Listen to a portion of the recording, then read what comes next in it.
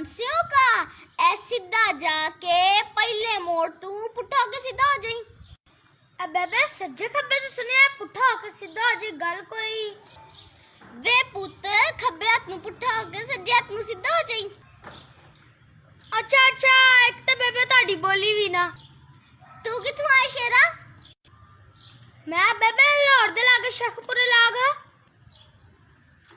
ए किन्ना दे घर हूं तू पुत्त? मैं बेबे जीत वाली हूं। जीत के ए भौंकिया क्यों? आ बेबे भौंकिया के नहीं भौंकिया? वे होता मेरी मासी दी गाना दे मुंडा दी गाना दे ताई दी गाना दे हाला दी शकीरी पैंदिया। ले तू ते घर दा ही मुंडा निकलिया। आजा आजा लस्सी पी जा।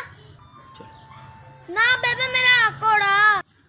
वे पुत्त कोड़ा थे खलवा दे आके लस्सी पी जा। नी मारो लस्सी दा ग्लास लेके आई। आजा पेड़ी पे ने बापू दे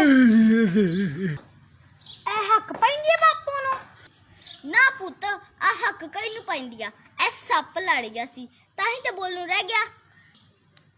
अजीब ते लड़ाया सब खुदा चौंदे लगदा फिरदा सी।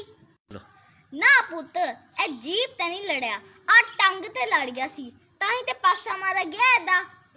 अच्छा फिर बेबे तुसी इंज करो अक दे दो पत्ते कुट के ना ए बापू दी लत नाल बंद दो। ए घर दा वड्डा मुंडा करे ते बहुत वधिया गल है। ले पुत्त सारा टब्बर ते विआह किते गया होया है घर च मैं ए ते आ मेरी पोती आ। ए लस्सी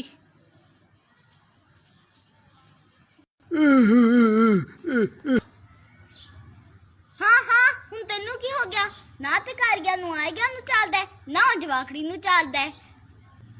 तू छड़ पुत्त एदा खड़ा। मेरी पोती बड़ी सियाणी है नाले बुलाउन लैंदी है क्रोशिया गिन लैंदी है ते गोहा कूड़ा ते एडा सोहना करदी है पुछी मत। ते बेबे जड़ा मैं पढ़ी आ ओ ला ए तो मैं भूल ही गई। मेरी पोती एक जमात पढ़ी है अंगूठा लाउन नालू बंदा आपदा ना चंगा लिख ले होर बंदे नु की चाहिदा है। चलो आहो बेबे कुड़ी पढ़ी लिखी होवे ते घर वाला चंगा लग निंदा।